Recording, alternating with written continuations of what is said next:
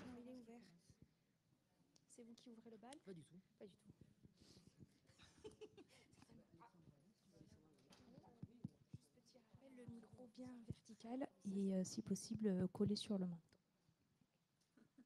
J'ai oublié ma veste, évidemment. C'est rien qui va. Bon, je vais aller la chercher, ça m'agace. Je suis venue en blouse alors que j'ai fait exprès de prendre une veste noire. Donc il paraît qu'elle est partie se faire mécher. Du coup, elle a pas son scan. Enfin, tout va bien. Tout va bien. Ça fait 2 heures que je l'attends. Là.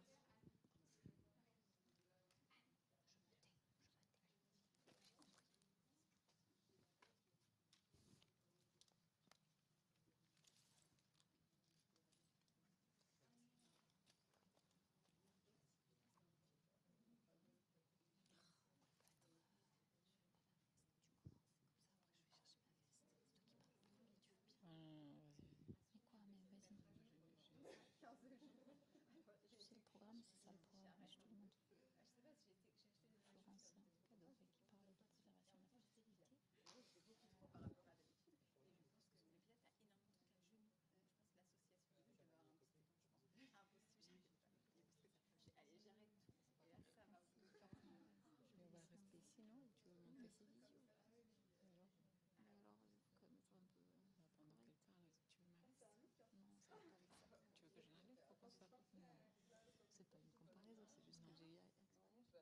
que tu vas faire? Je sais pas. Je vous laisse.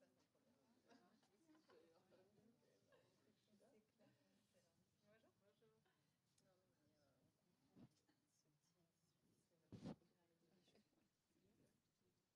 Poser des questions qu'on aborde certains trucs, je sais pas. Non, ce que vous avez envie spontanément. Moi, j'ai pas de... Je suis sûre que j'en aurais plus. Je leur envoie tellement de monde. Peut-être toi. Pour la fertilité, Oui, toi. ce sera plus une question. Moi, j'avais plus pour la ménopause. Non, on est dispo pour répondre, mais on n'a pas de choses. Moi, j'ai mis ce que je pensais dans mes diapos, et puis voilà. Bon, super. Pas de problème. Perfecto. Yes. On va commencer.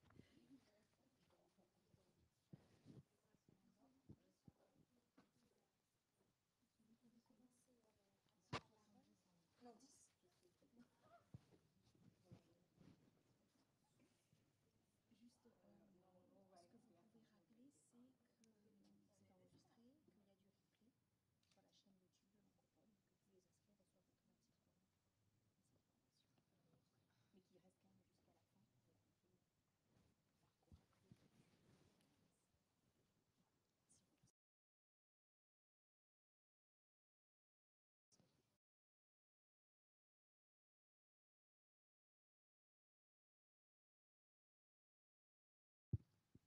Quand je veux. T'as le programme en tête. Et non, je connais pas la dernière. Il faut que tu te mettes, je pense, tout ça.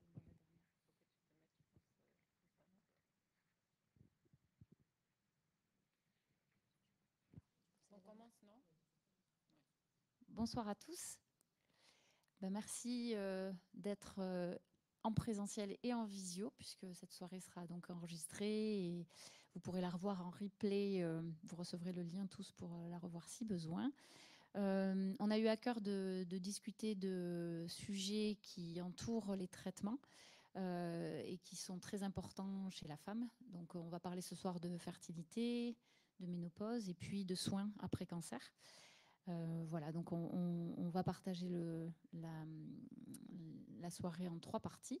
Et on va commencer par le docteur Florence Cadoré, qui est gynécologue à l'hôpital Paul de Viquier et qui va nous parler de préservation de la fertilité.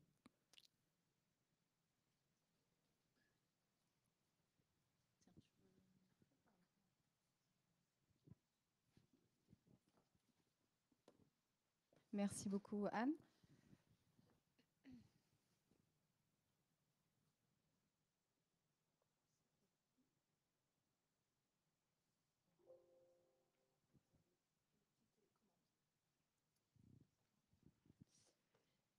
Bonjour à tous, je vais vous parler effectivement de la préservation de la fertilité dans le cadre du cancer et notamment des cancers gynécologiques.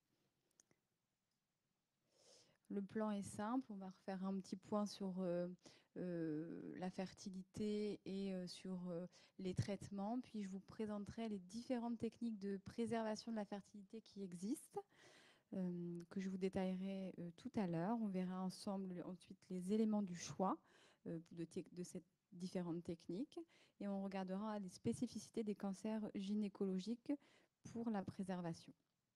Et je terminerai par la présentation de l'organisation de la prise en charge sur la région toulousaine. Donc l'incidence des cancers de la femme jeune est en augmentation, avec une mortalité qui diminue chez cette population de femmes grâce aux importants progrès diagnostiques et thérapeutiques. Comme l'avait rappelé l'INCa dans son rapport en 2021 sur la préservation de la fertilité et le cancer, les altérations de la fertilité sont parmi les effets indésirables qui ont le plus d'impact sur la qualité de vie des patientes en âge de procréer. Ce qu'elle nous dit souvent, c'est la double peine. C'est le cancer jeune, plus probablement pas d'enfant, ou en tout cas un projet d'enfant qui se complique. C'est pour ça que l'oncofertilité a toute sa place dans la prise en charge et on essaye d'intervenir pour pouvoir informer les patientes sur la fertilité après cancer et sur la gonadotoxicité des traitements. On peut proposer, éventuellement mettre en place certaines fois des techniques de préservation de la fertilité. Et cette oncofertilité doit être proposée à toutes les patientes qui ont moins de 38 ans et qui vont recevoir un traitement potentiellement délétère sur leur fonction de reproduction. Et on peut discuter pour les patientes entre 38 et 40 ans, au cas par cas. Souvent, les patientes qu'on préserve dans ces tranches d'âge-là sont des couples qui sont déjà en parcours d'infertilité avec nous. Les spécificités de la fonction ovarienne en termes de reproduction, c'est-à-dire qu'on est avec une réserve ovarienne, un stock à la naissance, et ce stock va faire que chuter au cours de la vie. Et déjà à 30 ans, il nous reste environ 12% de notre réserve initiale en follicules primordiaux, et on chute à 3% de réserve à 40 ans. En fait, la fenêtre de fertilité de la femme, elle intervient très tôt dans la vie. On va avoir une diminution de la fertilité après cancer par deux mécanismes. La gonadotoxicité directe des traitements, de la chimiothérapie ou de la radiothérapie, et par le fait qu'on va avoir un projet parental qui est différé. Et on a donc cette altération de la fertilité liée à l'âge. La chimiothérapie a deux effets globalement. Un effet immédiat qui va être temporaire sur les follicules en trop, c'est ce qu'on appelle l'aménorrhée de sidération, c'est-à-dire la mise en place d'une aménorrhée dès le début de la chimiothérapie. Puis il y a des effets plus retardés et permanents et qui créent une insuffisance ovarienne prématurée par effet de la chimiothérapie au niveau des follicules primordiaux. En plus de ces deux effets bien décrits dans la littérature, il y a un effet mutagène et tératogène direct des traitements sur les ovocytes en croissance. Concernant la radiothérapie pelvienne, je vous ai repris les recommandations 1.4 2021 sur préservation de la fertilité et cancer. Globalement, il est recommandé d'évaluer la réserve ovarienne de toute patiente qui va avoir une radiothérapie pelvienne, quelle que soit la dose. Que pour celles qui vont avoir une irradiation de plus de 3 grès au niveau des ovaires, il est conseillé de proposer une technique de préservation de la fertilité. Et il ne s'agit pas de s'arrêter juste au pronostic ovarien, puisqu'en réalité, il y a également des conséquences utérines importantes à l'irradiation et ça va entraîner des risques obstétricaux à long terme.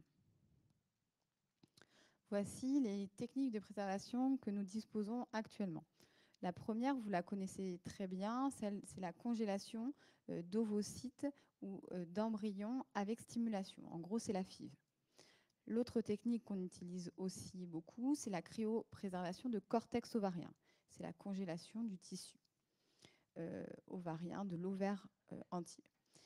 L'autre technique, qui est la troisième technique, qui est un peu plus expérimentale, mais dont vous devez peut-être aussi avoir entendu parler, c'est la congélation des ovules sans stimulation ovarienne. C'est ce qu'on appelle couramment tous la MIV, c'est-à-dire la maturation in vitro. Et j'ai mis une 4e petite flèche, mais c'est à mettre entre parenthèses, c'est l'utilisation d'un traitement complémentaire de type agoniste à la GnRH, mais ce n'est pas une technique de préservation, c'est un traitement complémentaire. Donc, si on commence par la vitrification des ovocytes matures, je vous ai remis le schéma d'une stimulation de type FIV, en sachant que pour préserver la fertilité d'une femme, souvent, on ne va pas jusqu'à l'étape de créer des embryons.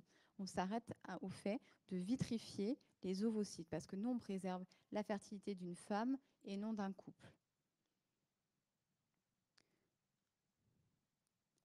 Quels sont les résultats de ces techniques? Qui sont quand même globalement bien connus, puisque la FIV, ça a plus de 40 ans, et la congélation ovocytaire des équipes espagnoles ont beaucoup de recul depuis plusieurs années maintenant.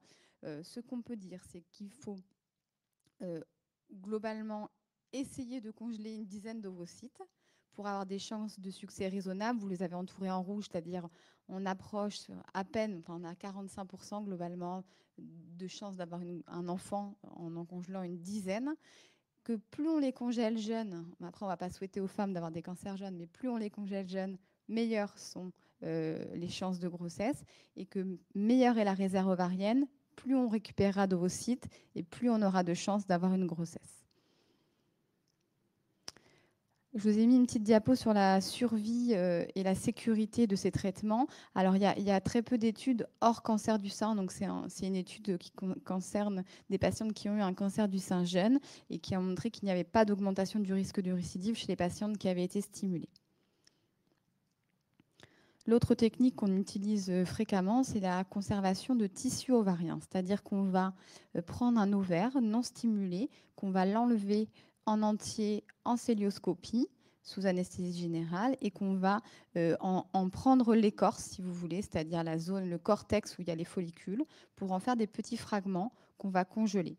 Ça ne nécessite pas de stimulation, c'est fait avec un délai très court. Par contre, il faut quand même savoir qu'il peut y avoir de la maladie résiduelle dans l'ovaire. Vous avez notamment ce tableau qui vous montre bien qu'il y a des maladies à haut risque pour lesquelles on ne peut pas utiliser cette technique. En tout cas, on ne peut pas réutiliser à ce jour. C'est notamment la leucémie aiguë et le cancer de l'ovaire. Donc, quand on prélève cet ovaire et qu'on congèle des fragments, de principe, on envoie toujours au hasard un fragment en analyse anatomopathologique, en sachant que ce n'est pas parce qu'on a analysé une zone de l'ovaire qu'on peut être 100% rassurant. Donc, quand on a obtenu une rémission, qu'on a l'accord de l'oncologue, on peut discuter de regreffer ces fragments de cortex ovarien. On fait actuellement ce qu'on appelle des greffes orthotopiques, c'est-à-dire qu'on remet des petits morceaux d'ovaire dans le pelvis. Alors, ce qui marche bien en ce moment, en tout cas, on a des bons résultats, en créant une fenêtre péritonéale près de l'axe iliaque, en greffant les petits fragments, et on remarque parfois, quand ça fonctionne, une reprise de l'activité ovarienne avec la possibilité d'ovuler et d'avoir une grossesse spontanée, et parfois, quand au bout de plusieurs cycles, ça n'a pas fonctionné, de stimuler ce petit greffon. Cette technique, elle est quand même pas très ancienne. La première grossesse publiée, c'est 2004. Il y a des centaines de grossesses dans le monde. Il y a des femmes qui ont réussi à avoir 2 enfants avec leur greffon. On a eu 4 enfants nés à Toulouse et on a une grossesse en cours avec cette technique. Les taux sont de l'ordre d'une chance sur 3, peut-être un tout petit peu moins, que ça fonctionne. Donc, dans l'information qu'on délivre aux femmes, il faut qu'on arrive à faire passer quand même le fait qu'on propose des choses, mais qu'on n'est pas à 100%. La maturation in vitro, donc ce qu'il faut comprendre, c'est que maturation in vitro, ça veut dire qu'on va aller prélever nos ovocytes qui ne sont pas matures et qu'on va les faire pousser au laboratoire. Et donc, dans cette maturation in vitro, il y a 2 moyens de les récupérer, ces ovocytes. Soit c'est ce qu'on appelle in vivo, c'est-à-dire qu'on va aller ponctionner l'ovaire, mais sans l'avoir stimulé. Donc, c'est un geste chirurgical qui est assez difficile. Soit on va récupérer sur une pièce opératoire des ovocytes et on va les faire pousser en culture. Donc, la maturation la MIV in vivo, c'est-à-dire par ponction ovarienne. Ça nécessite d'avoir une réserve ovarienne suffisante parce qu'on va aller piquer ces petits follicules qu'on voit en échographie là, quand on fait des échos de réserve. Il faut pouvoir en prélever un certain nombre. Il faut du matériel spécifique et surtout des opérateurs entraînés, parce que c'est assez difficile. Et il faut avoir conscience qu'il faut en avoir beaucoup parce que le rendement va être faible. On va en perdre 70% à la culture à peu près. Cette technique, on l'utilise essentiellement quand il y a une contre-indication à la stimulation et une chimiothérapie qui va être de gonadotoxicité dite intermédiaire. C'est-à-dire on n'a pas envie d'enlever un ovaire, mais on sait qu'il va quand même y avoir un effet du produit sur l'ovaire. On s'en sert beaucoup dans les cancers du sein avec un traitement néoadjuvant. La maturation in vitro par prélèvement ex vivo, donc ça concerne réellement les cancers gynécologiques, c'est le fait d'aller prélever des ovocytes immatures, soit sur la pièce d'annexectomie, quand il y a par exemple une tumeur borderline, soit sur un cortex ovarien, quand on aura pour une autre raison enlever l'ovaire, on va profiter pour coupler les deux techniques. C'est-à-dire qu'on va congeler les fragments d'ovaire et en même temps, on va faire mûrir les ovocytes qu'on aura récupérés en découpant nos petits fragments pour associer les deux techniques de préservation et pour maximiser les chances pour la patiente. Donc, pareil que quand c'est sorti in vivo, les taux de maturation ne sont pas très bons. Globalement, dans nos équipes, on est autour de 30% de maturation. On a des enfants nés, mais pas énormément de données sur cette technique. C'est pas expérimental, mais c'est des techniques qui ont une quinzaine d'années. Donc, il faut qu'on se donne le temps de pouvoir voir les réutilisations. Donc, c'est une technique qui est jugée à rendement faible. C'est vrai qu'on récupère un nombre d'ovocytes immatures parfois important et qu'on en a peu de matures. Mais c'est des techniques, si on peut se permettre de le dire, dans des situations un peu de rien à perdre. C'est-à-dire que quand on récupère une pièce opératoire, mieux vaut peut-être techniquer le petit morceau d'ovaire qui a l'air sain et faire cette maturation in vitro plutôt que de rien essayer. Et donc, c'est pour ça qu'on fait finalement quand même pas mal cette technique. Qu'est-ce qui nous aide à choisir? Les mêmes choses que pour les oncologues souvent, c'est-à-dire l'âge, l'état de santé, la motivation. Est-ce que la patiente ou le couple a un projet d'enfant? Quelle est la réserve ovarienne? Est-ce qu'on peut mener une grossesse avec cette maladie-là? Quelle est la gonadotoxicité du traitement qu'elle va recevoir? Est-ce qu'on a réellement le temps de faire quelque chose avant de démarrer le traitement? Est-ce qu'il y a une localisation possiblement ovarienne de la maladie? A-t-elle eu une chimio dans les 6 derniers mois? Auquel cas, on ne peut pas faire de vitrification d'ovocytes, la technique type FIV. On ne peut pas le faire. Vous savez, il y a un effet mutagène, j'ai commencé par vous dire ça au tout début, des traitements. Et donc, on ne peut pas faire cette technique de FIV, de préservation ovocytaire mature, quand il y a une chimiothérapie dans les moins de 6 mois. Puis, il y a aussi le pronostic de la maladie. On a été amené parfois à avoir des patientes qui avaient des pronostics très sombres. Et finalement, je ne suis pas sûre qu'on leur a beaucoup rendu service. Qu'est-ce qui nous aide à choisir? La vitrification ovocytaire, c'est une technique qu'on maîtrise bien. C'est la technique ancestrale de la FIV. On sait bien décongeler, on a des beaux embryons, on n'attaque pas la fertilité, c'est juste un cycle. Par contre, il faut 15 jours devant nous, il ne faut pas de contre-indication pour stimuler, ni pour ponctionner. Il ne faut pas se mentir sur les chances de grossesse. Il faut avoir un certain nombre d'ovocytes pour avoir des chances d'avoir un enfant. Et il faut des patientes pubères et réglées. La congélation de tissu, on peut le faire chez les jeunes filles, on le fait chez les enfants de pédiatrie. On n'a pas besoin de repasser par des techniques pour être enceinte, c'est-à-dire que quand on regreffe des bouts d'ovaire, ça peut repartir spontanément et une grossesse spontanée peut apparaître. Par contre, on enlève un ovaire, donc on impute à 50% la fertilité.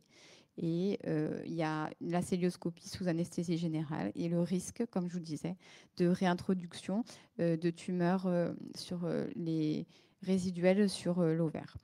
La maturation in vivo, je vous ai dit, l'indication type, c'est lorsqu'on doit avoir une chimiothérapie à court terme et une contre-indication à la stimulation ovarienne. Et la MIV ex vivo, c'est sur les pièces opératoires, essentiellement.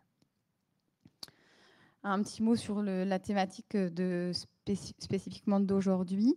Donc, pour le cancer du col et du corps qui nécessite une hystérectomie, la position actuelle française, c'est de ne pas proposer de préservation de la fertilité, puisque c'est des patientes qui sont non éligibles à la greffe utérine, et puisque actuellement l'exportation des gamètes pour une GPA à l'étranger est non autorisée par la loi française.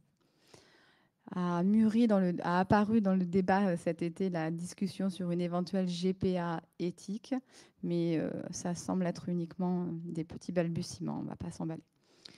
Le cancer ovarien invasif, il n'y a pas de préservation proposée la plupart des cas, hormis dans des atteintes unilatérales de faible stade TNM où il nous arrive d'avoir des discussions en RCP nationale et voilà, en ayant toujours bien conscience qu'il y a des risques à la stimulation et à la ponction dans ce genre de situation. Et tumeurs borderline ovariennes, c'est notre population la plus fréquente, entre guillemets, pour les cancers gynécologiques. Je mets cancer entre guillemets. Là, la préservation de la fertilité est complètement envisageable. Il y a souvent une première partie qui peut être proposée, ou alors quand il y a une annexectomie bilatérale, c'est la seule proposition qu'on fait, c'est de la MIV ex vivo sur pièce opératoire. Et pour celles qui auront conservé un des ovaires et eu juste une annexectomie unilatérale, on pourra proposer une vitrification d'ovocytes, donc la première technique, comme la FIV, sur un ovaire unique, si on n'a pas d'implant péritonéaux et pas de contingent micropapillaire, conformément aux recommandations de l'INCa. Les agonistes, je vous en dis un tout petit mot. C'est un traitement complémentaire qui est immédiat. C'est une injection qui dure 3 mois qu'on fait au début de la chimiothérapie, qui va être contraceptif, qui va induire une aménorrhée et qui va diminuer les phénomènes hémorragiques. Mais par contre, ce n'est pas une technique de préservation. Et il y a quand même quelques effets secondaires, notamment un risque, si on l'utilise au long cours, de diminution de la densité minérale osseuse. C'est pour ça qu'en accord avec nos collègues du centre de la ménopause, on fait souvent que 2 injections de 3 mois en tout. L'organisation à Toulouse, donc l'oncofertilité à Toulouse, il y a une RCP hebdomadaire, parfois bimensuelle si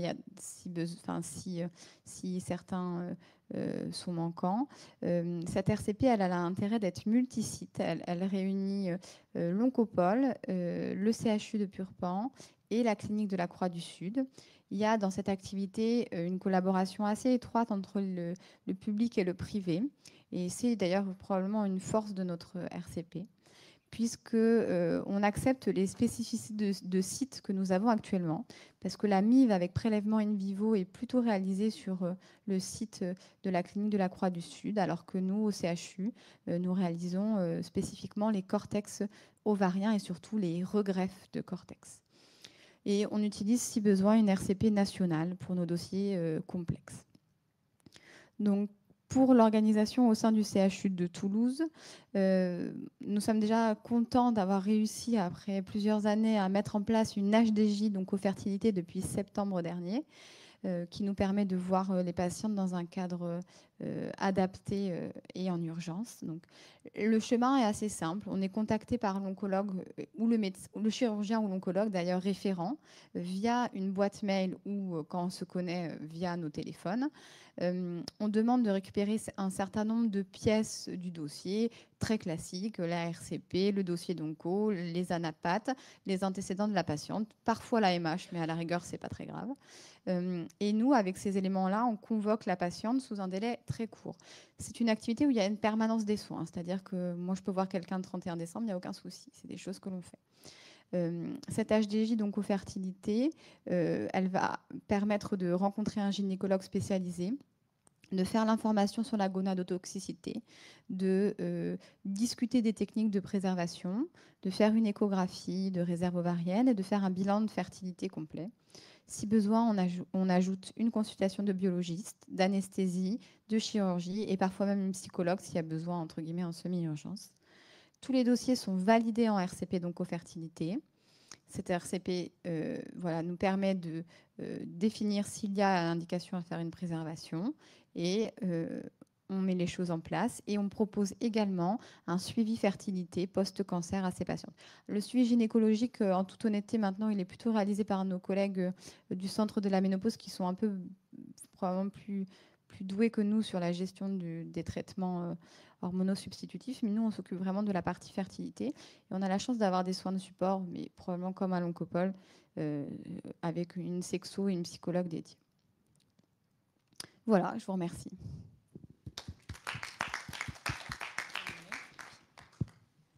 Merci beaucoup, Florence, pour cette présentation qui était vraiment très claire.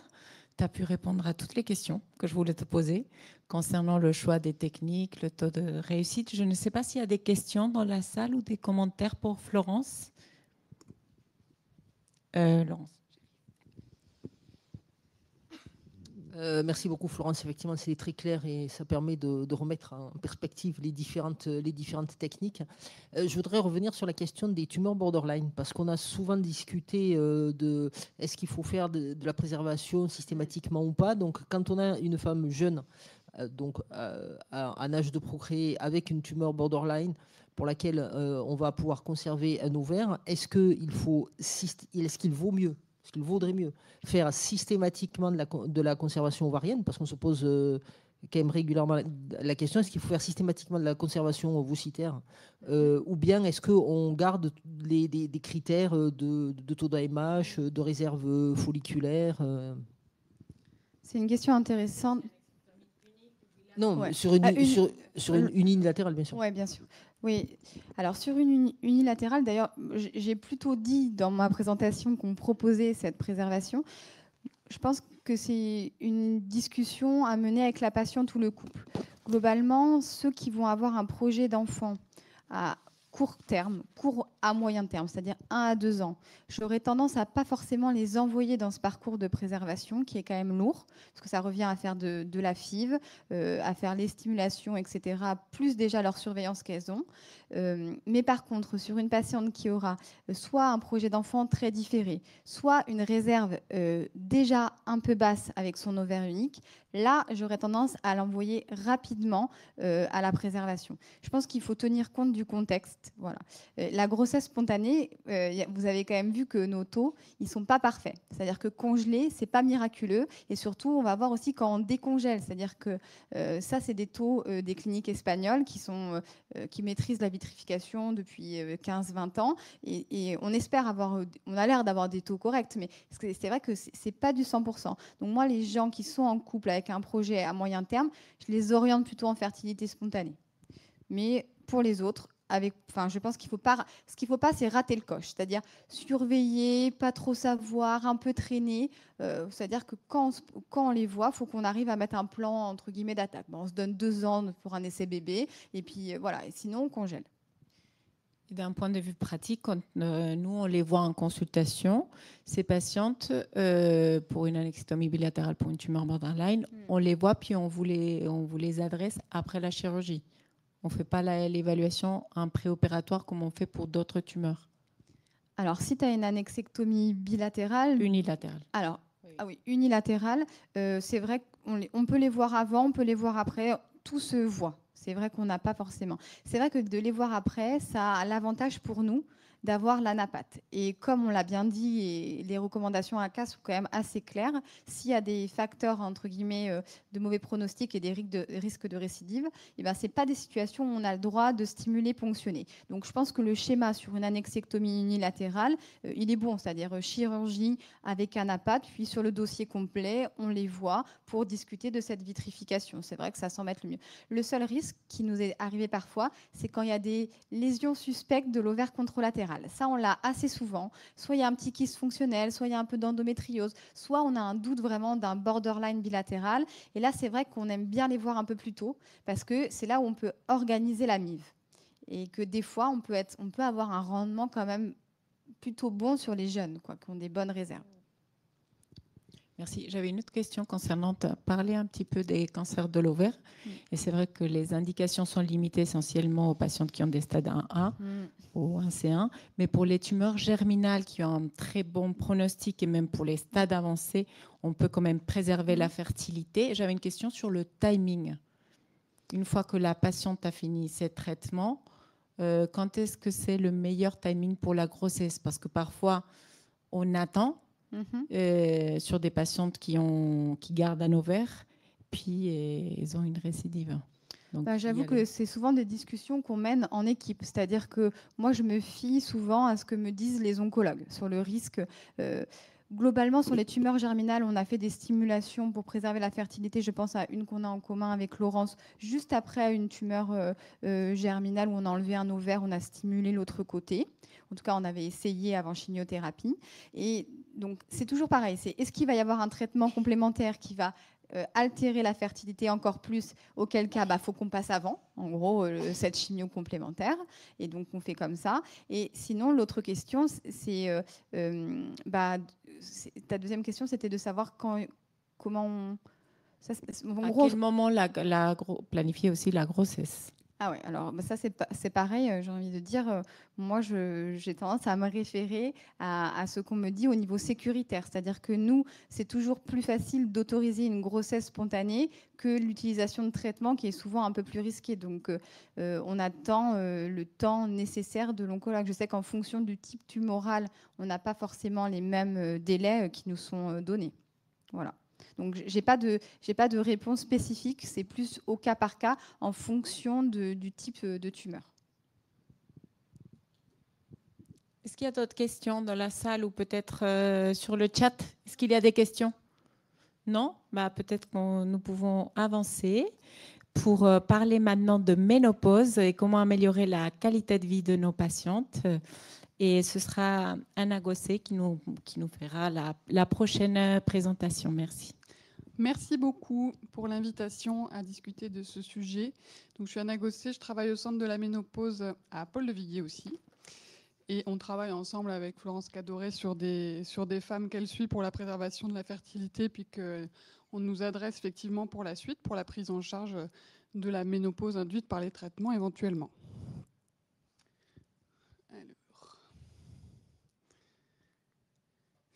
Donc, effectivement, les situations qu'on peut rencontrer qui vont induire une insuffisance ovarienne prématurée, on parle d'insuffisance ovarienne prématurée avant 40 ans ou d'une ménopause anticipée quand c'est avant 45 ans, c'est les chimiothérapies gonadotoxiques qui sont en fonction des agents utilisés et aussi beaucoup de l'âge au moment du traitement. Plus la femme va être âgée au moment des traitements, plus le risque d'insuffisance ovarienne prématurée secondaire il est important. Et puis les traitements tels que la radiothérapie pelvienne ou l'annexectomie bilatérale dans certains cas. Et là, on va adapter la prise en charge en fonction de l'âge.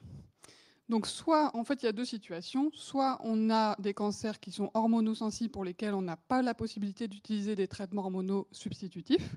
Donc, je vais vous parler des conséquences de ces ménopauses induites et de ce qu'on peut faire pour essayer de limiter ces conséquences. Et puis, l'autre situation, c'est que ce sont des cancers non hormonodépendants. On n'a pas de contre-indication au traitement hormonal. Et là, je vais vous parler un peu de comment gérer la mise en place de ce traitement et comment on surveille. Donc, j'ai divisé mes deux parties cancer hormonosensible contre-indication au traitement hormonal. Et dedans, on a les cancers gynéco tels que le cancer du sein, l'adénocarcinome de l'endomètre, avec une petite exception pour le grade 1 T1 très limité après discussion. On peut éventuellement parfois discuter un traitement hormonal substitutif en fonction de l'âge et l'adénocarcinome de l'ovaire. Et pour tout ce qui est tumeur rare de l'ovaire, on a un référentiel qui est très bien fait, qui nous donne les différents types anapates pour lesquels on peut proposer un traitement hormonal de substitution et ceux pour lesquels on ne pourra pas. Et donc, dans les non hormonodépendants, on n'aura pas de contre-indication. Il y a tous les cancers urodigestifs, hémato, etc. Les adénocarcinomes du col, c'est pareil, c'est souvent autorisé, mais c'est vrai que normalement, c'est à discuter au cas par cas. Donc, ça dépend aussi un petit peu de l'âge et du contexte.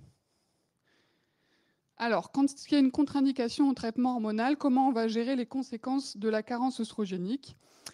En gros, ce qu'il faut retenir sur les conséquences de la carence œstrogénique, les trois grands trucs, c'est les symptômes, le cœur et l'os. Déjà, si on a retenu ça, c'est déjà pas mal. Donc, au niveau symptômes, il y en a que vous connaissez par cœur, les bouffées de chaleur, les sueurs nocturnes.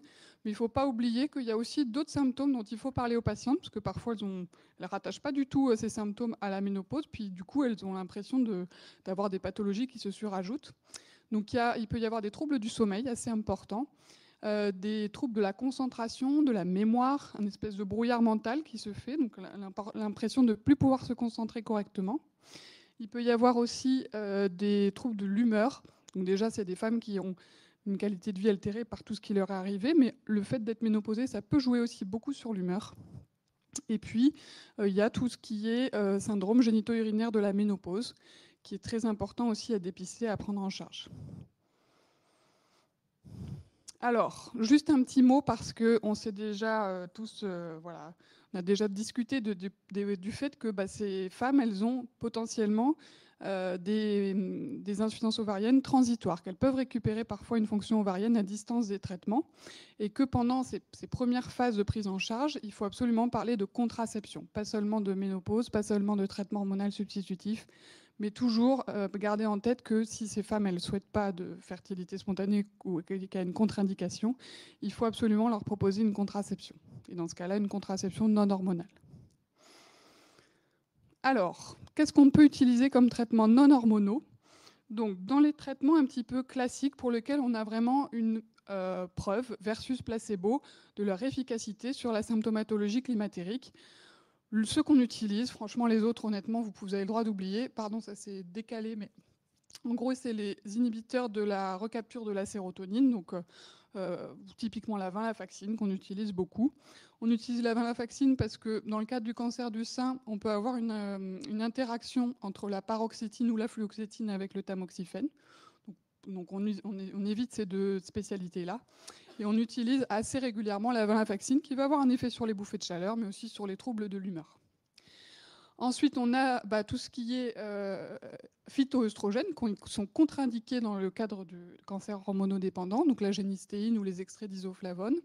Et puis les traitements non médicamenteux qu'on peut conseiller à nos patientes, le yoga ou l'hypnose. Donc nous, on a développé une consultation d'hypnose au centre de la ménopause, principalement pour les patientes justement qui ont une contre-indication oncologique à des traitements hormonaux.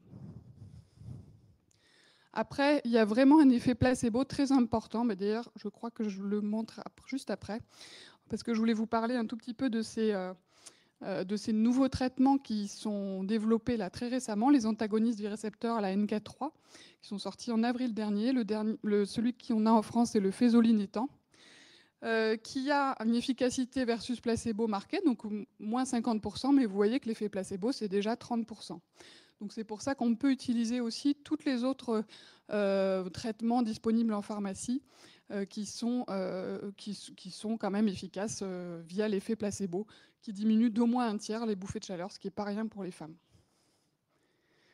Juste, je voulais vous remontrer, juste avant, vous avez un site qui est pas mal fait, qui s'appelle About Herbs, pour vérifier que les traitements qui prennent vos patientes, parfois en parapharmacie, elles prennent un peu des trucs qu'on connaît absolument pas. Il y a ce site qui explique quels sont les phytoœstrogènes qui seraient contre-indiqués dans le cadre d'un cancer hormonodépendant. Donc le fézolinétant, la seule chose, c'est que pour l'instant, on n'a pas d'études avec des patientes qui ont eu un cancer, notamment un cancer du sein. Il y a une étude en cours, Highlight. Donc j'espère qu'on aura les résultats. On a déjà des résultats de son équivalent qui s'appelle l'élinzanétant, des données rassurantes pour les femmes qui étaient en cours d'hormonothérapie. Mais pour l'instant, on ne les a pas pour les fézolinétants. Donc on ne l'utilise pas chez des femmes en cours d'hormonothérapie pour le moment.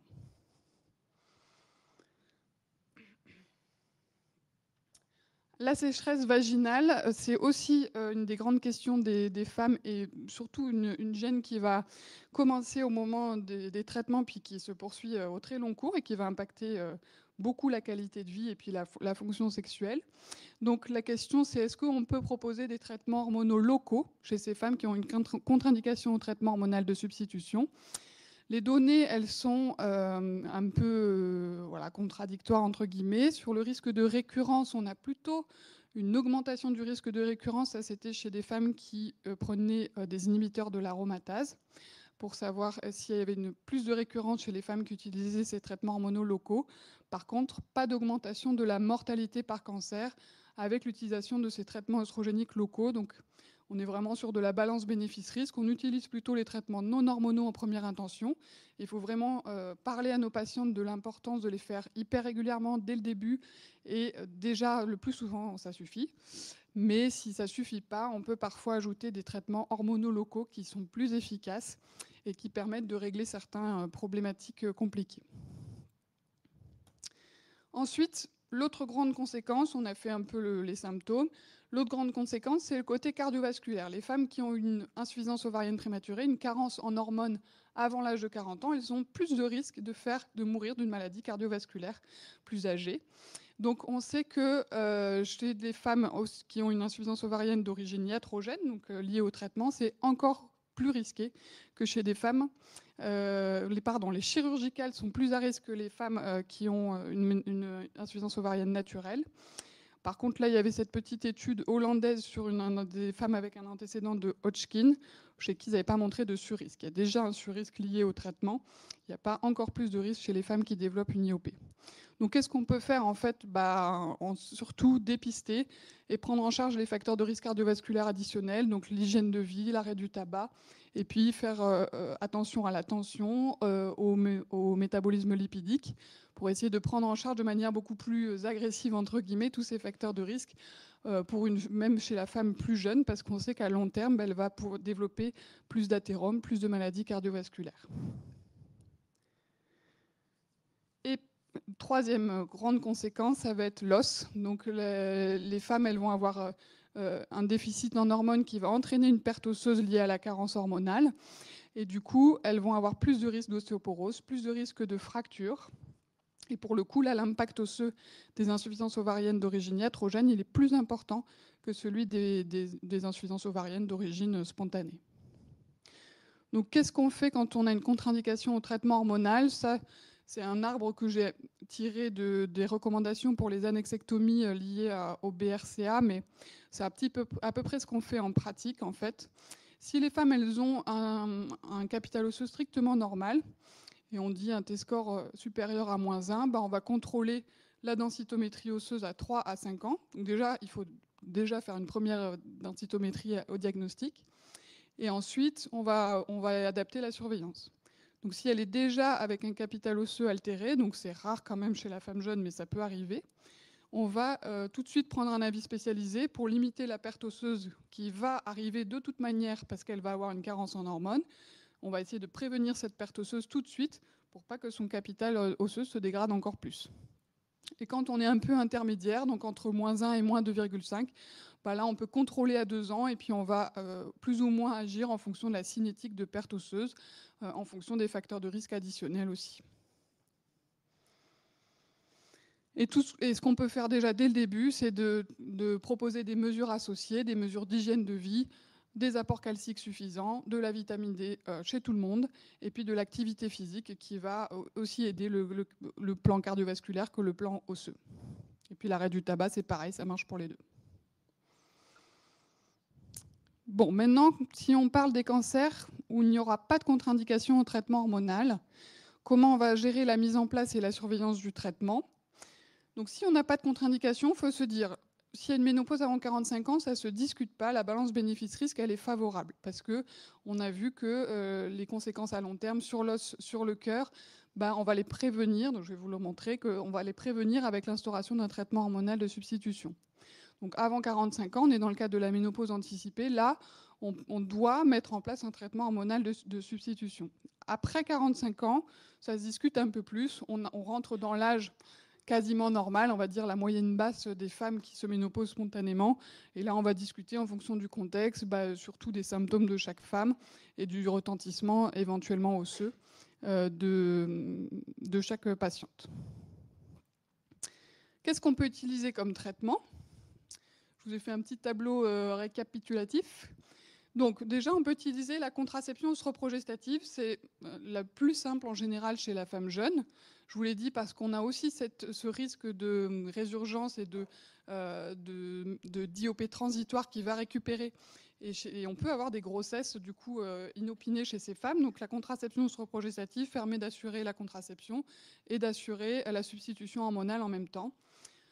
20 ou 30 gamma, ça n'a pas d'importance. 20 gamma, c'est déjà beaucoup. Vous savez qu'il y a souvent il y a ces deux dosages. 20 gamma, c'est déjà suffisant pour la substitution hormonale. Donc ça, vous choisissez. Par contre, maintenant, il y a des pilules avec de l'œstradiol naturel. Et là, on conseille qu'elles soient au moins dosées à 2 mg. Et après, quel schéma? Si elle veut des règles, le schéma classique, 3 semaines, elle arrête 1 semaine. Si elle veut pas de règles, la prise continue. Et chez qui? Donc chez la femme jeune qui a besoin d'une contraception. Et il ne faut pas qu'il y ait de facteur de risque cardiovasculaire ou thromboembolique veineux. S'il y a eu un accident thromboembolique veineux, on ne pourra pas lui proposer.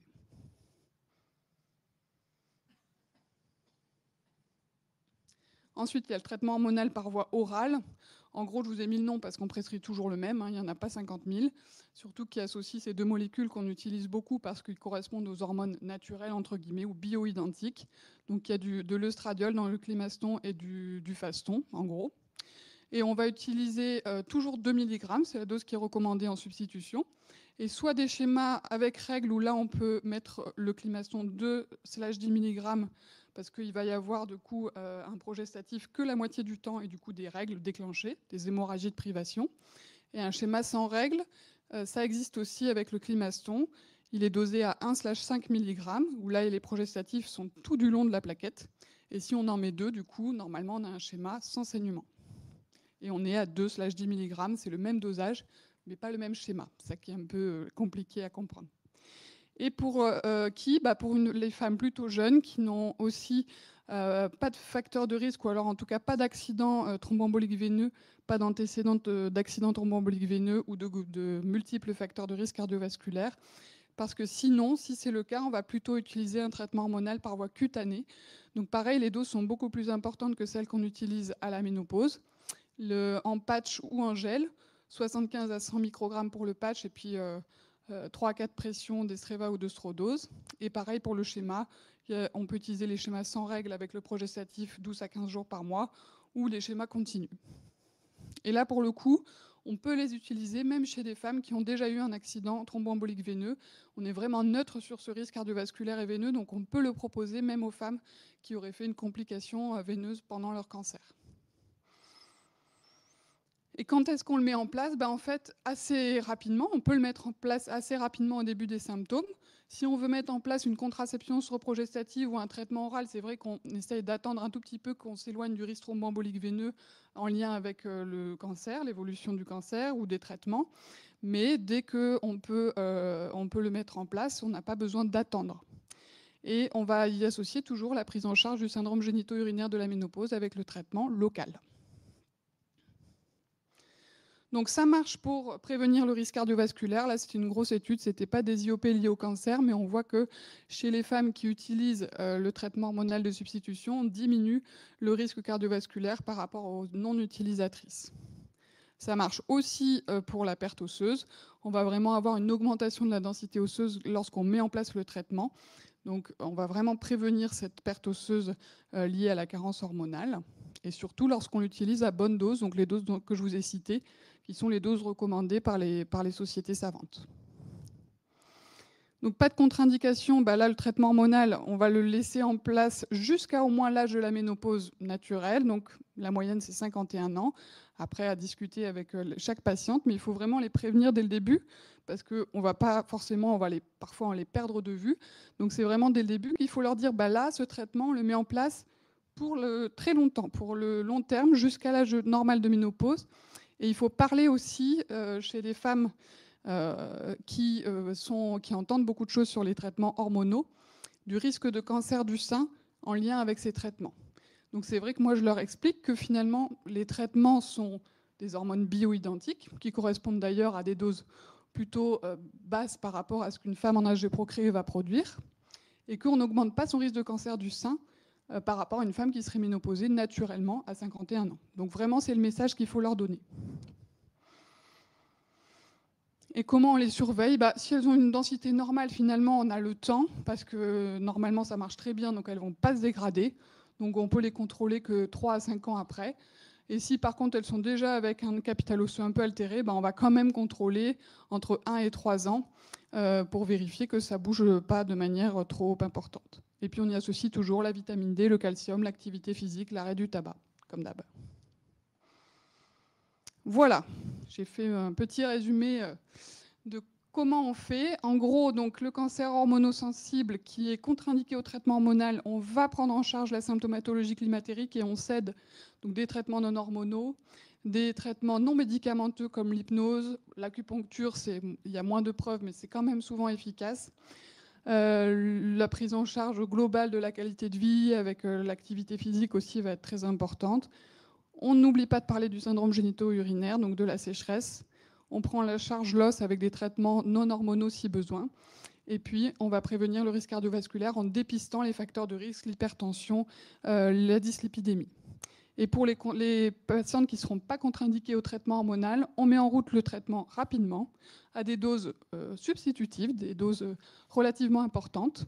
On prend en charge en association le SGUM, et puis on adapte la forme à l'âge, aux besoins contraceptifs et aux risques cardiovasculaires éventuels. Et puis on va les surveiller sur le plan osseux et sur le plan métabolique. Voilà, je n'avais pas fait de petits trucs comment nous les adresser, mais en gros, on est disponible par mail. On a un mail du secrétariat qui marche assez bien, ménopause.sec. Voilà, c'est très original. Donc n'hésitez pas à nous adresser vos patientes si vous voulez qu'on les voit rapidement, si vous voulez qu'on leur fasse de l'info avant les traitements, on peut aussi. Mais le plus souvent, elles n'ont pas beaucoup de temps, mais en tout cas, vraiment rapidement après, on peut les rajouter sur nos plannings sans souci. Voilà. Merci beaucoup. Pareil, je crois que vous avez répondu à plein de questions que je me posais. Est-ce qu'il y a des questions dans la salle? Oui. Bonjour. Je voudrais vous demander qu'est-ce que c'est la prise en charge SCUM? Je n'ai pas bien compris. C'est le syndrome, oui, c'est des acronymes à la con, vraiment. C'est du syndrome génito-urinaire de la ménopause. En gros, c'est la sécheresse vaginale. Mais en fait, on lui a donné un nom un peu plus large parce que c'est pas que la sécheresse, c'est tout ce qui va entraîner des troubles sexuels, donc des douleurs, tout ce qui va aussi aggraver sur le plan urinaire. Donc ça peut aggraver la survenue d'infections urinaires, la survenue d'incontinence urinaire, les urgenturies. Tout ça, c'est en lien avec ce syndrome de carence hormonale de la sphère génitale. Voilà. Et donc ça se prend en charge en plus du traitement hormonal substitutif si on peut le donner, parce que parfois il n'est pas suffisant pour bien imprégner les muqueuses génitales qui ont besoin de bonnes doses. Et parfois on a besoin en plus d'un traitement local. Et qu'est-ce que vous donnez dans ce cas-là? Alors, quand il n'y a pas de contre-indication aux hormones, il y a des crèmes en fait, qui contiennent des hormones, qui sont à la fois hydratantes et qui vont apporter en fait, des hormones sur le plan local. Et ça, déjà, ça va permettre de régler pas mal de problèmes, mais c'est vrai qu'il faut le faire vite et il faut le faire tout le temps. C'est-à-dire, si dès qu'on arrête, ça revient. Donc c'est aussi pareil, il faut en parler dès le début et puis essayer d'insister sur l'observance. Après, sur les patientes qui sont contre-indiquées, il y a plein d'hydratants qu'on peut utiliser qui ne contiennent pas d'hormones. Il y a d'autres techniques dont je n'ai pas parlé. Pour le moment, on n'a pas de possibilité d'accès au CHU. Sur le laser, la photomodulation, qui peuvent permettre aussi localement d'améliorer la trophicité. Est-ce qu'on peut soigner par les plantes? Oui, oui, on peut soigner. Il y a des huiles végétales, par exemple, qui sont très bien en non hormonal, comme hydratant, par exemple, l'huile de coco. Il y a beaucoup de femmes qui l'utilisent, l'huile d'onagre aussi. Ça, on peut les utiliser comme hydratant, voilà. Mais si on veut une efficacité sur la trophicité, l'apport hormonal va être important quand même, si on peut. Merci beaucoup. Une autre question? Merci beaucoup parce que ta présentation était aussi très claire et a bien remis les choses en place. Je voudrais juste nuancer une toute petite chose. Pour les adénocarcinomes ovariens, il n'y a pas une contre-indication au traitement hormonal substitutif pour tous les types de carcinomes ovariens. C'est vrai pour les bas grades. Alors, c'est souvent des femmes jeunes, donc c'est vraiment là où ça nous pose le plus de problèmes, effectivement.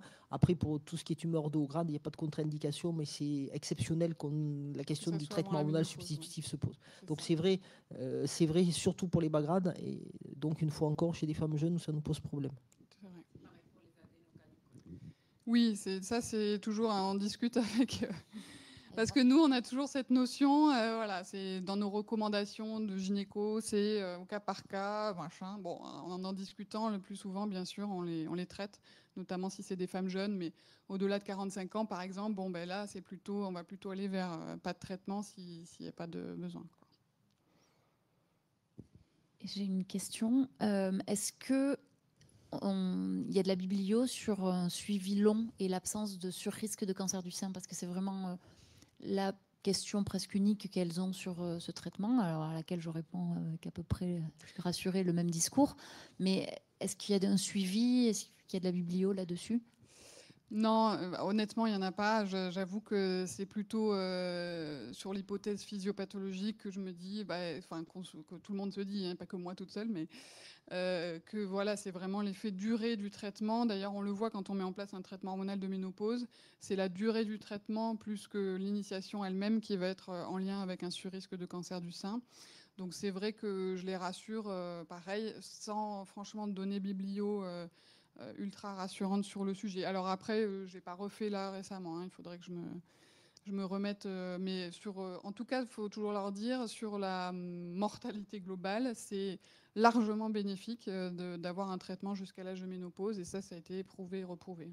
Et le choix traitement Peros versus patch, c'est en fonction du taux d'hormones nécessaire selon l'âge, ou surtout du risque cardiovasculaire, en fait, parce que finalement, les doses, elles sont relativement équivalentes. Là, celle que je vous ai mis dans le tableau, c'est à peu près équivalent. Mais la voie cutanée, elle a vraiment l'avantage de ne pas augmenter les protéines de la coagulation. Donc, pas d'augmentation du risque thromboembolique veineux. Et pareil sur le risque d'infarctus ou d'AVC. Donc, la voie cutanée, on l'utilise chez des femmes qui ont déjà eu un accident cardiovasculaire, soit qui ont de multiples facteurs de risque. Voilà. Et au-delà de 40 ans, en général, c'est vrai qu'on met en place plutôt la voie cutanée. Merci. Une dernière question, ou sur le chat peut-être? Et le docteur Gladiev.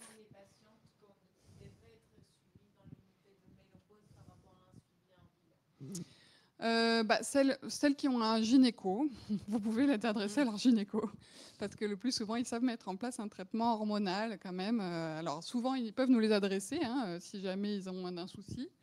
Mais il y en a beaucoup de femmes, malheureusement, qui n'ont plus de suivi par un gynéco en ville. Donc, celles-là, il faut nous les adresser, ouais.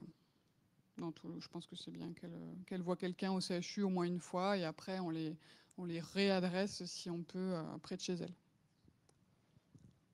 C'était juste une petite remarque par rapport à ta question, Anne.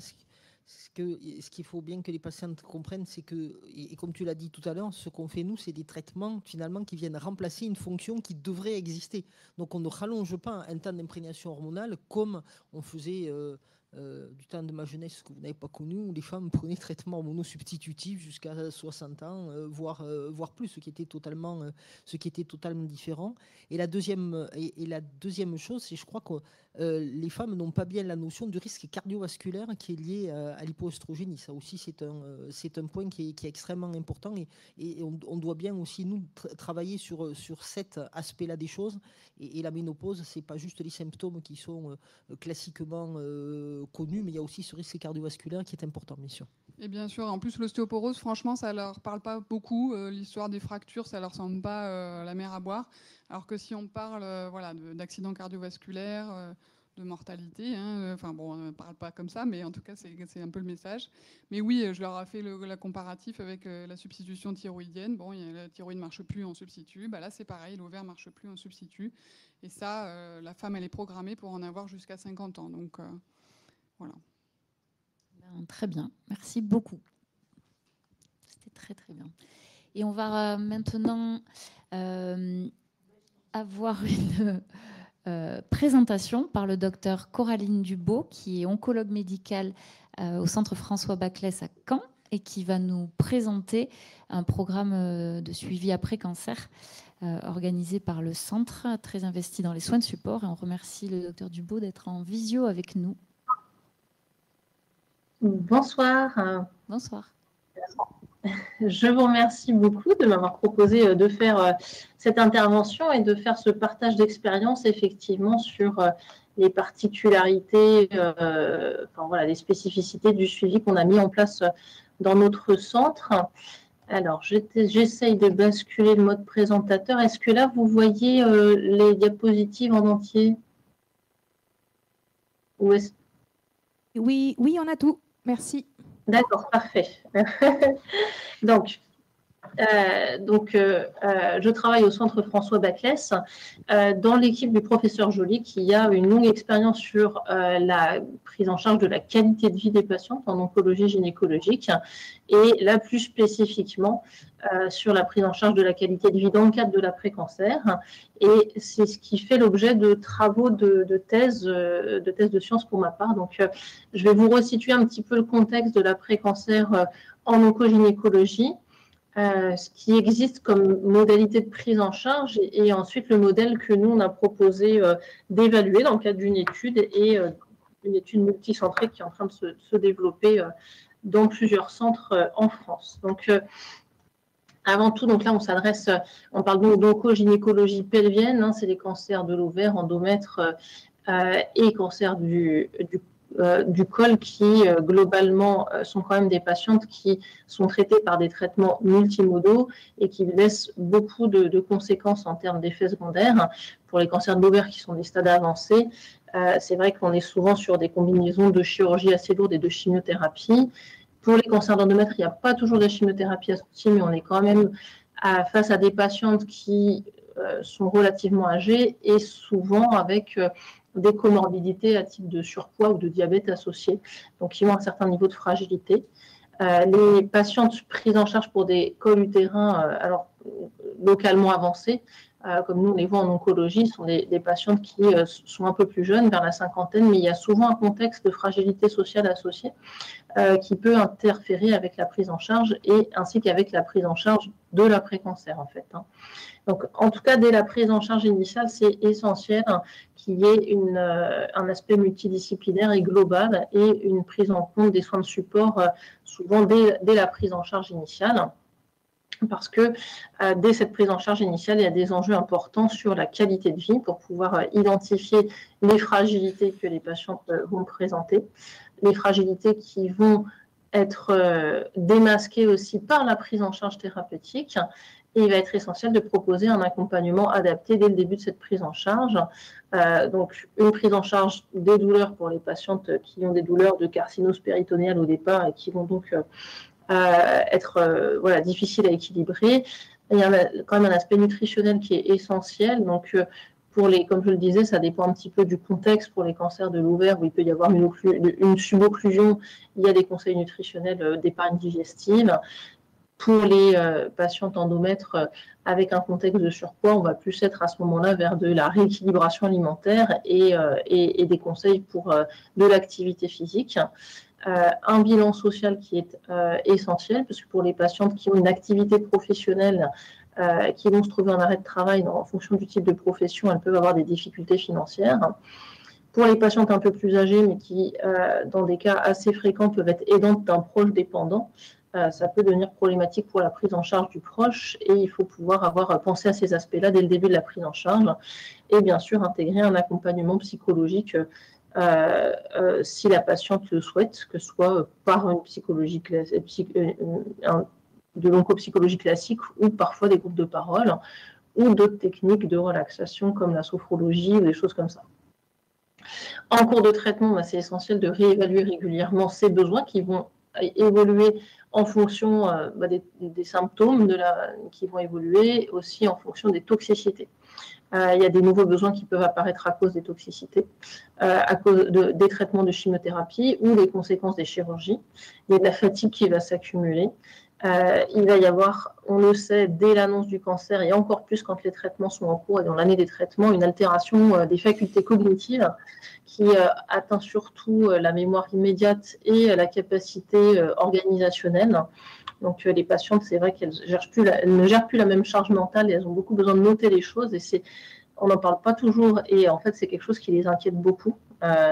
Et puis il y a aussi une temporalité psychologique qui est différente, c'est-à-dire que souvent l'annonce du cancer est une période d'abattement. Ensuite, la période des traitements est souvent une période où les patients vont être combatifs dans la lutte contre la maladie. Et l'après-cancer, ça va être le contre-coup où il y a souvent une fragilité psychologique qui s'installe après la phase où les patientes ont été particulièrement combatives, en fait. Hein. Donc, à la fin de ces traitements initiaux, on entre vraiment dans ce qu'on appelle la phase de rétablissement après cancer. Donc les experts de l'après-cancer qui font un peu que ça, ils préfèrent ce terme rétablissement ou bien transition. Et c'est d'autant plus adapté pour ces cancers gynécologiques qui, pour certains, en particulier les cancers de l'ovaire, sont quand même des maladies chroniques. On sait qu'il va quand même y avoir une récidive très fréquemment et que cette période après les traitements initiaux, c'est plus une parenthèse où il faut essayer de se retaper autant que possible. Donc c'est vrai que le mot rétablissement est assez approprié. Et ça concerne de plus en plus de patientes puisque les progrès sur les prises en charge thérapeutiques et notamment sur les traitements de maintenance pour les cancers de l'ovaire ont permis d'améliorer le pronostic. On a plus de patientes qui sont dites longues survivantes, mais c'est aussi le prix de traitement de maintenance qui s'échelonne sur plusieurs années et qui ont des effets secondaires qui perdurent.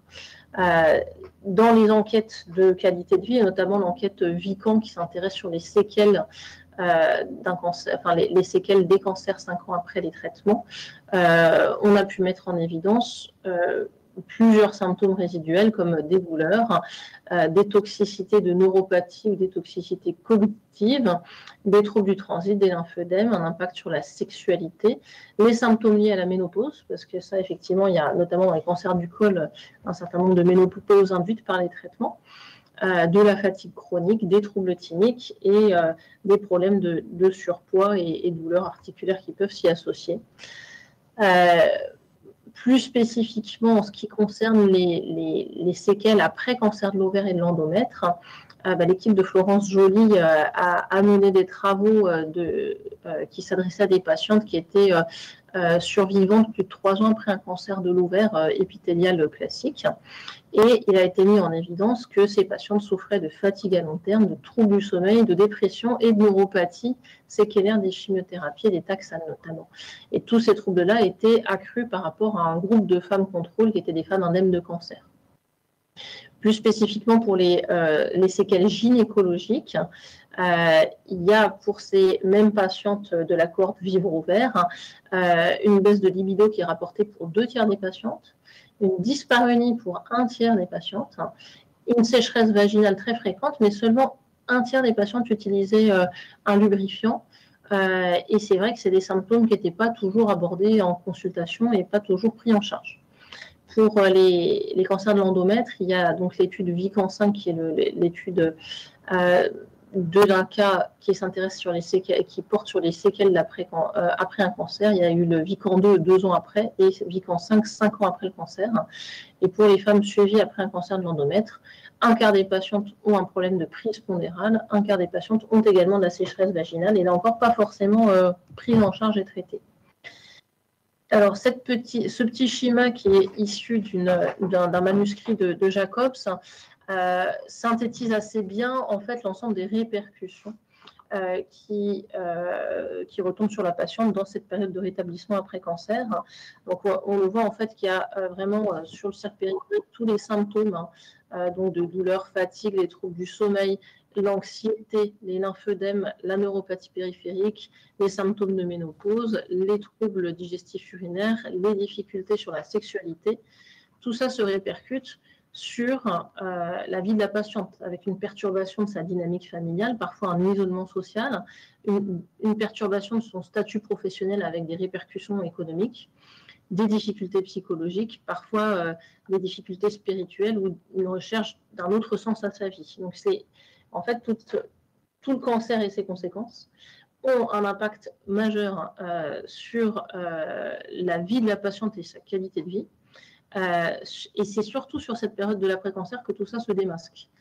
Alors que les patients se disent très bien, dans cette période-là, en général, pour leur entourage, c'est fini, c'est derrière elles, on reprend tout comme avant. Mais en fait non, parce qu'elles ne se sentent pas comme avant et tout a changé et elles ont beaucoup de conséquences aussi à gérer et à prendre en charge. Donc ces différentes conséquences, elles ont quand même été maintenant suffisamment publiées, décrites et démontrées. Et il y a eu une prise de conscience des autorités. Au départ, historiquement, au niveau du plan cancer, qui remonte quand même à 10 ans maintenant, le plan cancer 2014-2019, qui évoquait déjà l'importance de remettre un plan personnalisé de l'après-cancer aux patientes, un PPAC, avec à la fois un calendrier de la surveillance carcinologique, mais aussi une identification des séquelles et des conseils adaptés par rapport à leur prise en charge. Donc, ces conseils par rapport au PPAC, ils ont aussi été repris plus récemment, en 2022, par le Gynecologic Cancer Intergroup, qui est donc une société savante de prise en charge des cancers gynéco. Et au niveau des autorités, il y a donc la stratégie décennale de lutte contre le cancer 2021-2030, qui au niveau du ministère a souligné l'axe 2 pour limiter les séquelles et améliorer la qualité de vie après le cancer. Et un objectif très ambitieux de réduire de 2 tiers à 1 tiers la part des patients qui souffrent de séquelles 5 ans après le diagnostic d'un cancer. Donc, autrement dit, OK, on a compris, il y a des choses à prendre en charge. Maintenant, il faut passer à l'action et c'est ce que nous demandent les autorités. Et en pratique, pour l'instant, il y a une application assez inégale de ces recommandations. Les PPAC n'existent pas dans tous les centres, ne sont pas toujours remis.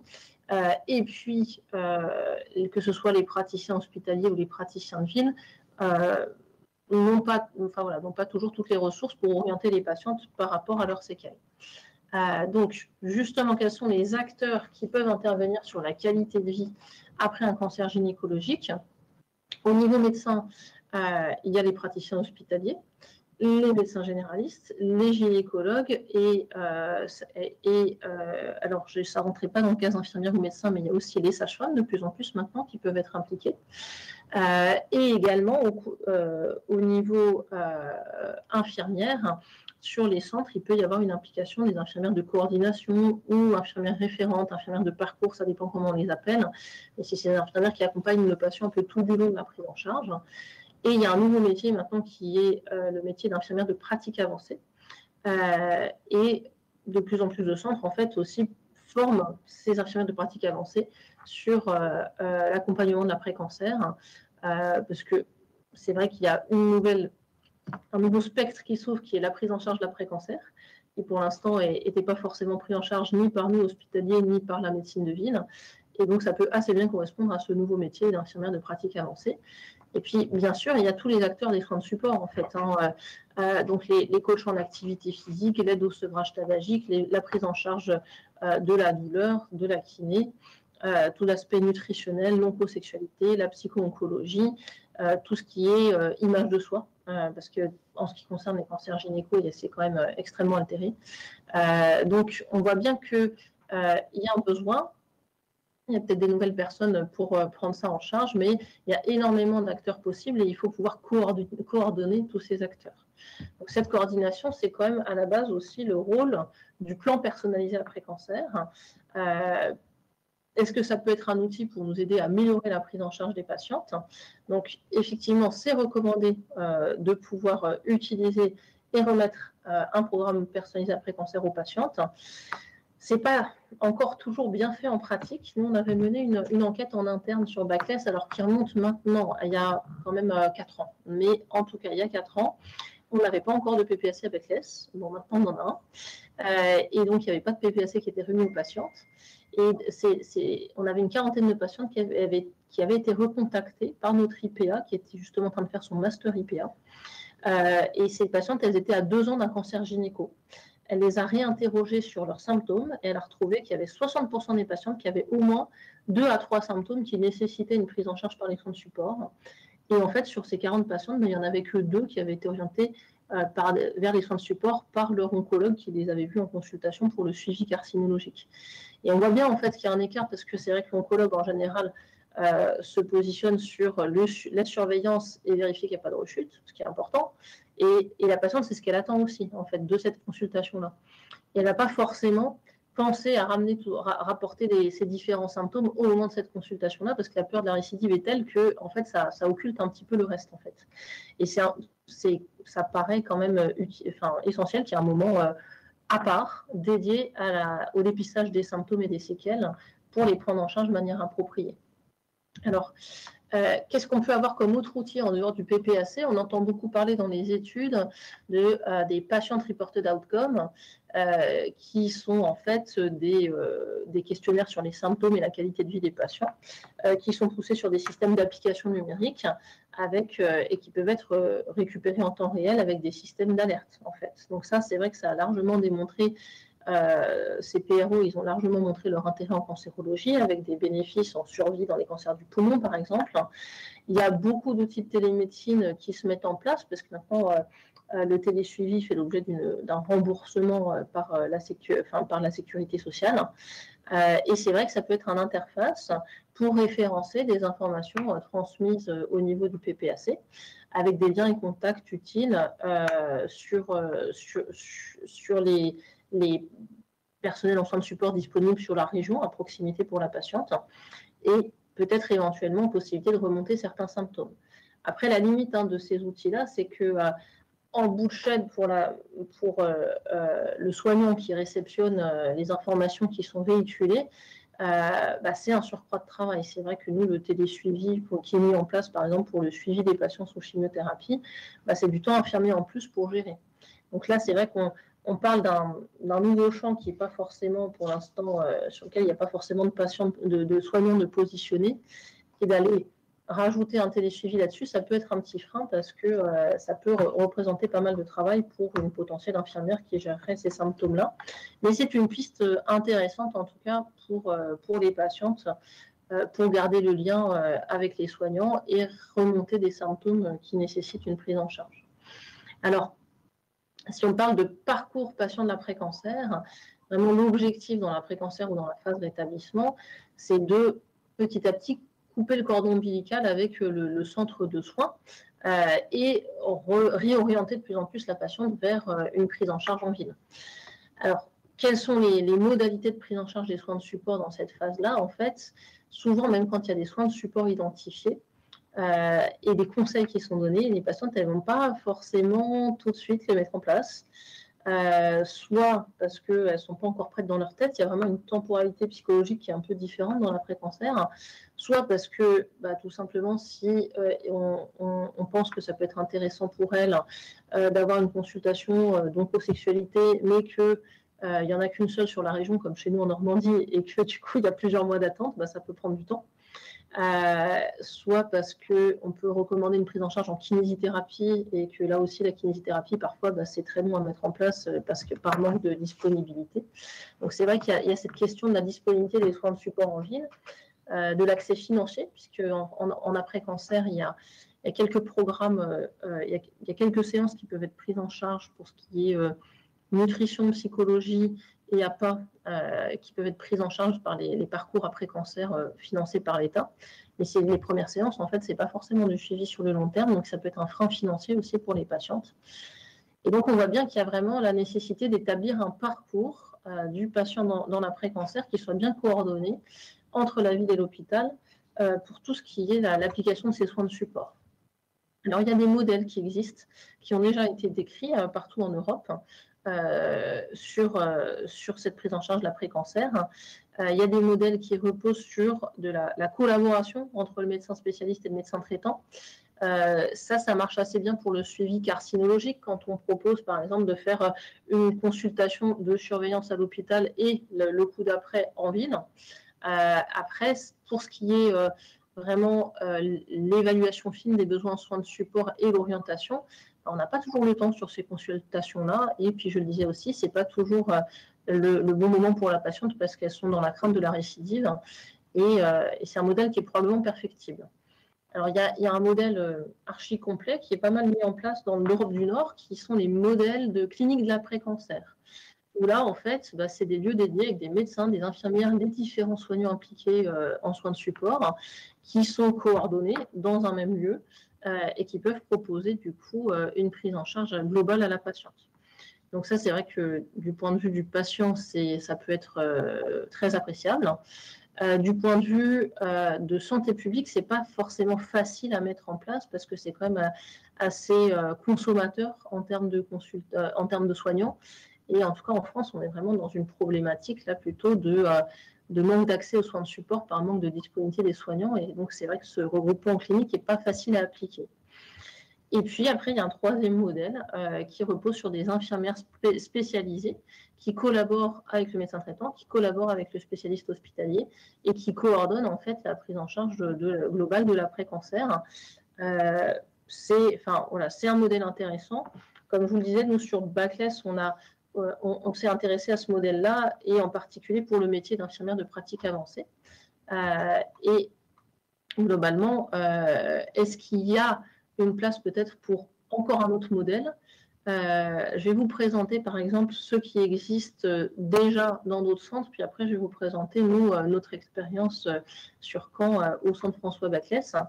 Donc là, vraiment les avant-gardistes en termes de prise en charge de l'après-cancer, c'est le centre Léon Bérard avec l'équipe de Morissette Michalet qui a mis en place un hôpital de jour de l'après-cancer qu'ils ont appelé PASCA et qui sert vraiment à la prévention et au repérage des complications post-thérapeutiques dans la prise et la prise en charge et leur prise en charge par les soins oncologiques de support. Donc, ce qui est intéressant dans leur fonctionnement, c'est qu'il y a un fonctionnement en hôpital de jour, en fait, avec une équipe hôpital de jour où il y a un médecin généraliste qui a aussi une formation sur l'APA, l'activité physique adaptée, et une infirmière, une assistante médicale, et puis des passages des soins de support en fonction de ce qui aurait été identifié comme besoin. Cet hôpital de jour, il intervient à la fin des traitements, il est réévalué à 6 et 12 mois, parce que nous, c'est ce qu'on commence à voir aussi sur Caen, les besoins évoluent dans le temps, et c'est important de les réévaluer et de réajuster le programme, en fait. Donc, le bilan HDJ repose sur des auto-questionnaires qui repèrent les besoins en soins de support. Il y associe un bilan biologique et puis un bilan un petit peu global pour évaluer la force physique du patient et les besoins qu'il pourrait y avoir en termes de kinésithérapie et d'activité physique adaptée. Et ensuite, les patients sont orientés vers les soins de support pour la ville, vers certains spécialistes de ville aussi, parce que là, attention, cet hôpital de jour, ce n'est pas élargi pour l'instant à toutes les localisations. Et il s'était orienté vers des pathologies, des cancers hémato, sarcomes, testis, qui sont en fait des patients traités par des polychimiothérapies qui laissent beaucoup de séquelles et aussi des séquelles physiques avec des insuffisances rénales ou des répercussions cardiaques ou pulmonaires. Donc là, il y a un suivi par des spécialistes de ville qui n'est pas forcément c'est pas forcément nécessaire systématiquement pour ce qui concerne les cancers gynéco. En tout cas, là où c'est un modèle intéressant, c'est que les hôpitaux de jour, en fait, peuvent être autofinancés et ça permet de pérenniser ce fonctionnement-là à l'échelon du centre. Alors, nous, pour le centre François Baclès et pour la spécificité des cancers gynécologiques, basé sur notre expérience, on a mis en place une étude randomisée qui s'appelle AfterGyn.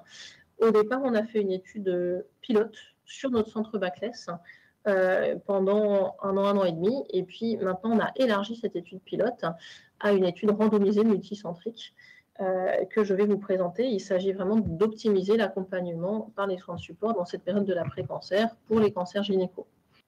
Donc, le design de l'étude est celui-ci. On s'adresse à des patientes qui sont en fin de traitement.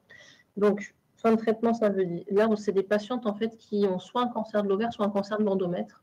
On n'a volontairement pas mis les patients de cancer du col parce qu'elles sont un peu plus jeunes et les besoins sont un peu différents. Ce n'est pas des populations tout à fait similaires. Donc là, pour avoir une population homogène pour un essai clinique, on a restreint aux essais aux ovaires et aux endomètres. Donc, on s'adresse à des patientes qui sont en fin de traitement. Fin de traitement, ça peut être très hétérogène parce qu'il y a certains cancers de l'endomètre qui sont traités par une chirurgie seule, auquel cas, en post-opératoire, on leur propose de faire l'évaluation de leurs séquelles avec des auto-questionnaires. Fin de traitement, pour un cancer de l'ovaire qui a eu chirurgie, chimiothérapie et qui va avoir des traitements de maintenance, on se positionne à la fin de la chimiothérapie et pendant la maintenance, en fait. Pour certains cancers de l'endomètre qui ont eu chirurgie rayon, on se met à la fin des rayons. Voilà, l'idée, c'est que ce n'est pas toujours du coup la même séquence thérapeutique en amont pour les patientes, mais on essaie de se positionner au moment où les traitements les plus lourds se terminent pour évaluer donc, en auto-questionnaire leurs séquelles et leurs besoins en soins de support. Les auto-questionnaires sont ceux de l'INCA niveau 1 et les patients reported outcome qui sont répertoriés pour les essais cliniques, donc pour du CTCAE. Il y a aussi d'autres questionnaires, mais je vais me résumer à ceux-là pour la présentation. Mais une fois que les questionnaires sont réceptionnés, on convoque les patientes en consultation auprès de notre infirmière de pratique avancée. Donc nous, Backless, c'est pratique avancée. Comme c'est un essai multicentrique, on a laissé chaque centre s'organiser en fonction de leurs ressources. Et ça peut être une infirmière de coordination, ça peut être un médecin de soins de support, voilà, en fonction de l'organisation possible pour chaque centre. Et l'idée, ça est de pouvoir faire l'évaluation fine des besoins en soins de support avec l'analyse des autoquestionnaires. Il y a aussi un bilan biologique et une remise du plan personnalisé après-cancer. Après, à l'issue de cette consultation d'inclusion, il y a 3 possibilités. Soit la patiente, elle va très bien, elle n'a aucun besoin particulier et on lui propose de la suivre dans une cohorte observationnelle pour évaluer à 6 et 12 mois s'il y a des besoins qui apparaissent. Et en fait, effectivement, en pratique, on voit qu'il peut y avoir des besoins qui apparaissent. Ça concerne surtout les patientes qui, du coup, ont juste une chirurgie seule, par exemple, ou une chirurgie et une curithérapie et qui ne ressentent pas immédiatement des troubles, mais qui peuvent en avoir plus tard. La majorité des cas, les patientes, elles ont quand même au moins un besoin en soins de support. Et à ce moment-là, elles sont randomisées entre 2 types de prise en charge. Soit ce qu'on appelle notre bras standard, qui est en fait la remise du plan personnalisé après cancer et les conseils adaptés qui vont avec, ainsi que toutes les coordonnées des soins de support auprès desquels la patiente peut se référer d'après les conseils qu'on lui donne. Et un bras qui est plus renforcé, où là, on propose à la patiente de venir une fois au centre hospitalier pour faire un bilan complet avec les professionnels de soins de support du centre. Et c'est vraiment ce qu'on appelle une mise à l'étrier. L'idée, c'est de pouvoir faire un bilan plus approfondi, lui donner les premiers conseils et ensuite qu'elle reparte avec, pareil, les contacts sur la ville et les premiers rendez-vous éventuellement déjà organisés pour que vraiment elle soit sur les rails et qu'elle mette en application ce qu'on lui a conseillé. Dans ce parcours renforcé, il y a aussi une coordination. Au bout de 3 mois, l'infirmière rappelle la patiente pour voir où elle en est, qu'est-ce qu'elle a mis en place et si elle a des difficultés à mettre en place certains soins de support. Et puis, l'ensemble des 3 cohortes sont réévaluées à 6 et 12 mois pour voir l'évolution des besoins. En parallèle, il y a un objectif ancillaire qui va être essentiel, c'est qu'il y a une étude médico-économique qui est menée sur les patientes qui sont randomisées afin d'évaluer en fait l'efficience de cette intervention HDJ avec une étude coût-utilité, une étude coût-efficacité qui vont vraiment voir en fait l'impact aussi économique de cette prise en charge au niveau sociétal et au niveau patiente, avec aussi l'évaluation des restes à charge pour ces soins de support qui ne sont pas toujours remboursés en ville. L'objectif principal de cette étude, c'est vraiment de l'application des soins de support. Est-ce que oui ou non, il y a au moins un soin de support qui est mis en place par la patiente et est-ce qu'on fait mieux dans notre bras expérimental par rapport au bras standard? Et ce critère principal, on l'évalue à 6 mois. Il y a un autre objectif secondaire qui est prioritaire et sur lequel on a calculé l'effectif de l'étude, c'est de comparer à 12 mois l'amélioration des séquelles. Donc là, on s'est mis un critère d'efficacité et l'idée, c'est de voir en fait si la prise en charge proposée permet réellement d'améliorer la qualité de vie des patients, parce que la finalité, elle est quand même là, et de voir ainsi si on est réellement utile à leur prise en charge et si on atteint les objectifs gouvernementaux de réduire donc les séquelles de l'après-cancer. Après, il y a tout un tas d'objectifs secondaires pour évaluer un peu plus finement la qualité de vie des patientes et l'impact. Et puis, l'objectif médico-économique qui va être essentiel aussi. Donc, cette étude multicentrique, elle a commencé en juin 2024 avec un recrutement qui a été un petit peu lent au départ parce que c'était surtout sur Backless au départ. Et puis là, ça fait depuis 2025 qu'on a d'autres centres qui ont ouvert et qui recrutent activement et la dynamique est bonne. Surtout pour l'instant, enfin nous en tout cas en local, les retours des patientes sont excellents parce que ça correspond réellement à un besoin et elles ont besoin de ce temps en fait pour se poser sur tout ce qu'elles viennent de traverser et tout ce qui a changé dans leur vie. Et c'est vrai que c'est pas du tout inutile pour elles de pouvoir leur accorder ce temps d'écoute et de conseil en fait. Quelles sont les perspectives qu'on peut attendre de cette étude? Donc déjà, la finalité première, c'est l'amélioration de la qualité de vie de nos patientes. Et puis à l'échelon national, en fait, comme je vous le disais, comme on est vraiment sur quelque chose qui est un peu au démarrage, là l'idée c'est de vraiment pouvoir déployer un parcours de prise en charge qui soit structuré, qui soit coordonné.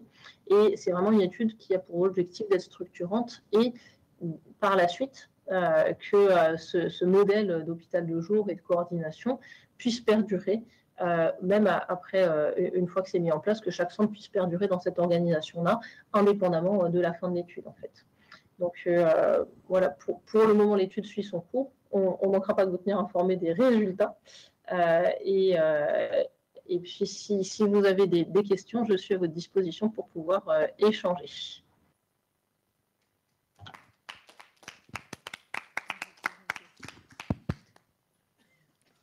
Merci beaucoup, Dr Dubo. Est-ce qu'il y a des questions dans la salle? Moi, j'en ai une. Est-ce que l'infirmier ou infirmière qui s'occupe dans votre essai de phase 3, c'est quelqu'un qui a été engagé grâce à l'essai ou c'est déjà un poste... Enfin, est-ce qu'il s'occupe de ça juste pour l'essai ou est-ce que c'est un poste pérenne qui fait déjà le lien pour l'après-cancer? Alors, techniquement, c'est vrai que nous, on a positionné notre IPA qui avait déjà fait son master IPA sur la thématique de l'après-cancer. Et donc, c'est une personne qui est déjà à mi-temps avec l'ES et à mi-temps sur le réseau de Onco-Normandie. Et en fait, pour tous les centres de l'étude, l'étude finance un 0,2 équivalent temps plein d'infirmières pour l'étude. Après, l'objectif, je vous disais, c'est vraiment que ce soit structurant et que ça puisse se pérenniser par la suite. C'est là où, en fait, la valorisation financière de l'HDJ peut contribuer complètement à financer le poste d'infirmière pour une infirmière coordinatrice. Encore mieux pour une infirmière de pratique avancée, puisqu'il y a une valorisation de leur consultation. Là, on est sur une organisation, il y a 3 consultations et c'est le forfait à 180 €. Donc, en fait, il y a un autofinancement qui est complètement possible et qui permet de pérenniser le programme même même après la fin de l'étude. C'est vraiment notre objectif concret. Merci, parce que c'est vrai que c'est la plus grande problématique, c'est de trouver les ressources humaines et d'être suivi par les centres. Est-ce que vous avez, au diagnostic, vous parliez de la prise en charge de tout le côté social. Est-ce que vous avez des assistantes sociales facilement accessibles qui voient les patients au diagnostic pour faire un peu l'état des lieux ou c'est vraiment à la demande parce qu'il y en a peu? Alors, on a des assistantes sociales disponibles sur le centre qui interviennent à la demande, mais il n'y a pas d'intervention systématique pour toutes les patientes. Il est vrai qu'elles ont des délais d'intervention qui sont quand même un petit peu longs, puisque quand on les sollicite au diagnostic, les premiers contacts ils peuvent se faire 1 ou 2 mois après. Mais en tout cas, c'est vrai que quand on a des besoins sociaux particuliers, on peut quand même compter sur leur appui. Mais c'est vrai qu'il y a quelques délais. Et par contre, pour la problématique de l'après-cancer, effectivement, là, il n'y a plus forcément de personnel dédié sur notre centre. Et on oriente plus volontiers les patientes à ce moment-là vers les assistantes sociales de mairie, parce que c'est vrai que là, tout ce qui est après-cancer, ça se délègue davantage sur la ville. Très bien. Pas de questions ni sur le chat? On va conclure. Je vous remercie beaucoup. C'était un sujet qui nous tenait à cœur. C'est l'après-cancer, la vie de ces patientes, que ce soit de la fertilité, des effets secondaires liés à la ménopause ou des effets secondaires liés au traitement en général, sont difficiles à traiter. On espère en guérir de plus en plus, mais les séquelles sont présentes et voilà, donc on essaie de faire au mieux, on va encore s'améliorer, on a pris les idées de Caen, on est ravis de votre présentation et puis merci les filles d'être venues. C'est toujours un plaisir d'entendre parler de toutes les problématiques des femmes. Je vous dis à bientôt. Et septembre turquoise continue demain et après, jeudi et vendredi avec le cocon. Donc, c'est demain et après-demain, pardon. Demain et après-demain avec le cocon d'Imagine. Merci. Merci beaucoup.